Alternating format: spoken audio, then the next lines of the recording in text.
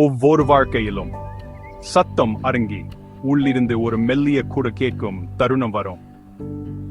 அது ஆசைகளுக்கும் பயத்துக்கும் அப்பா ஆழமான அர்த்தத்தை தேர் ஆன்மாவின் அழைப்பு. நாம் பெரும்பாலும் இந்த அழைப்பை புறக்கணித்து பரபரப்பில் நம்மை நாமே திசை திருப்பிக் கொள்கிறோம்.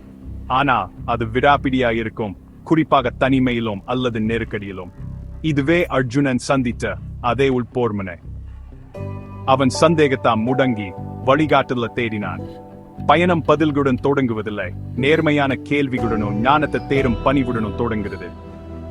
இந்த அழைப்பு ஒரு புனிதமான பரிசு, சாதாரணத்தை கடந்து சுய கண்டுபிடிப்புக்கான ஒரு வாய்ப்பு. விடியலின் முதல் கதிர் போல அது இருளுக்கு பிறகு ஒளியை உறுதியளிக்கிறது.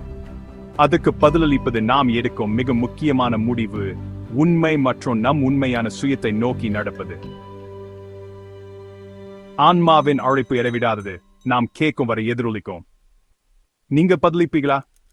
வாழ்க்கை போர்களில் நாம் தொலைந்து போகும்போது பகவத்கீதை ஒரு காலத்தால் அழியாத வழிகாட்டியா ஒலிகுது.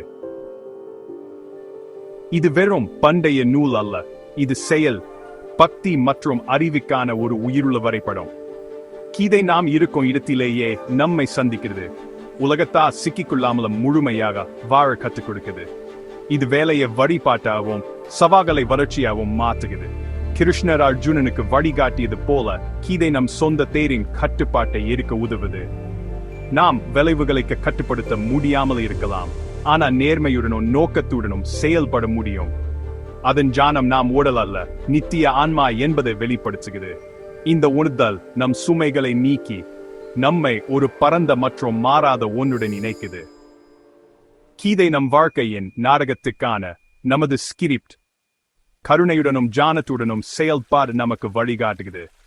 கீதையுடன் ஈடுபடுவது, கேட்பது, வாசிப்பது, உச்சரிப்பதன் மூலம் நம் மாற்றுகிறது. அதன் வார்த்தைகளை கேட்பது மனதை அமைதிப்படுத்தி ஞானத்தின் வீதைகளை விதறுகிறது. வாசிப்பது ஒவ்வொரு வசனத்தையும் ஒரு கண்ணாடியாக மாற்றுகிறது, நமது உள்நிலையை பிரதிபலித்து புதிய நுண்ணறிவுகளை வழங்குகிறது. நாம் மாறும்போது கீதை நம்முடன் வளர்கிறது, ஆழமான அர்த்தத்தை வெளிப்படுத்துகிறது. அதன் சமஸ்கிருத வசனங்களை உச்சரிப்பது அதன் அதிர்வை உள்வாங்கி அமைதியை கொண்டு வந்து நம்மை தெய்வீகத்தோடு இணைக்கிறது. முழுமையாக புரிந்து கொள்ளாமலேயே ஒலி தூய்மைப்படுத்துகிறது. இந்த நடைமுறைகள் கீதையின் ஞானத்தை நம் இருப்புடன் பிணைக்கின்றன. காலப்போக்கில் அதன் போதனைகள் நமது வாழ்ந்த யதார்த்தமாகின்றன. நமது எண்ணங்கள், உணர்ச்சிகள், செயல்கள் அதை உண்மையுடன் இணைகின்றன. கீதை நம்மை உள்ளிருந்து மாற்றுகிறது, ஒரு நேரத்தில் ஒரு படி. கீதையின் ஞானம் வேரூன்னும் போது நமது உள்ளுணர்வு வழிச்சிக் கொள்கிறது, மன அமைதியாகுது. மேலும் தர்க்கத்துக்கு அப்பாற்பட்டு நமக்கு வழிகாட்டும் உள்குரலை நாம் நம்பத் தொடங்குகிறோம். தெளிவு பிறக்கிறது, வாழ்க்கையின் வடிவங்களையும் பாடங்களையும் புதிய புரிதலுடன் பார்க்கிறோம். கீதையின் போதனைகள் குழப்பங்களுக்கு மத்தியில் உறுதியாக நிற்கவும் பெரிய படத்தை பார்க்கவும் நமக்கு உதவுகின்றன. இந்த தெளிவு அசைக்க முடியாத நம்பிக்கையை உருவாக்குறது. குருட்டு நம்பிக்கை அல்ல, அனுபவத்திலிருந்து பிறந்த நம்பிக்கை. நமது வாழ்க்கையில் கீதையின் சக்தியை நாம் காண்கிறோம். ஒரு நன்மை பயக்கும் ஒழுங்கில் நம்பிக்கையை உருவாக்குறோம். ஆன்மீக வளர்ச்சி இயற்கையாகவே வெளிப்படுகிறது, சூரியனை நோக்கி திரும்பும் ஒரு செடி போல.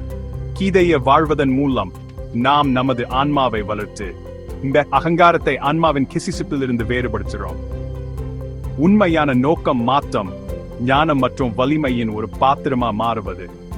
கீதையின் பாதை வெறும் அறிவு மட்டுமல்ல, ஒரு முழுமையான உள் விழிப்புணர்வு. கீதை வரலாற்றை விட மேலானது, அது நமக்குள்ளே உயிர் பெறுகிறது.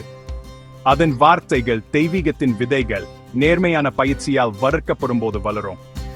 கிருஷ்ணரின் வழிகாட்டுதல் நமது சொந்த உள் ஞானமாகிறது, ஒவ்வொரு சவாலிலும் பொருத்தமானது.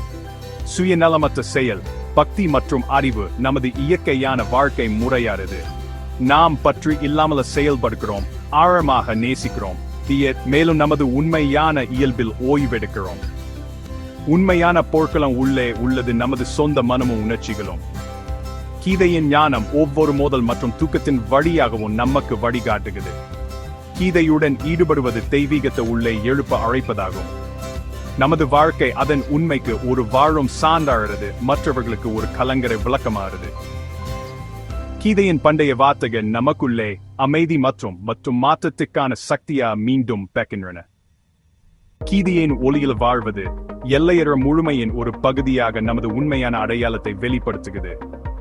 வாழ்க்கை தெய்வீக வெளிப்பாட்டுக்கான ஒரு களமானது. ஒவ்வொரு கணமும் ஞானத்துக்கான ஒரு வாய்ப்பு. அசைக்க முடியாத அமைதியை நாம் காண்கிறோம். பிரச்சனைகள் இல்லாததால் அல்ல, உள் சரணாகதியா பற்று இல்லாமல் செயல்படுவது வாழ்க்கையின் ஏற்றத்தாழ்வுகளில் இருந்து நம்மை விடுவிக்கிறது. கீதை நமது தனித்துவமான நோக்கத்தை, நமது தர்மத்தை கண்டறிந்து நிறைவேற்ற நமக்கு கற்றுக் கொடுக்கிறது. வேலை புனிதமான கடமையாகிறது, மேலும் ஒவ்வொரு நாளும் அர்த்தத்தால் நிரம்பியுள்ளது. இந்த பாதை விடுதலைக்கு வழிவகுக்கிறது, ஆன்மாவின் அதன் மூலத்துக்கு திரும்புதல். இந்த பயணத்துக்கு கீதை நமது வரைபடமும் வலிமையும் ஆக்கும். அதன் வழியில் நடப்பதன் மூலம் நாம் மற்றவர்களுக்கு ஒரு ஒளியாக மாறுகிறோம்.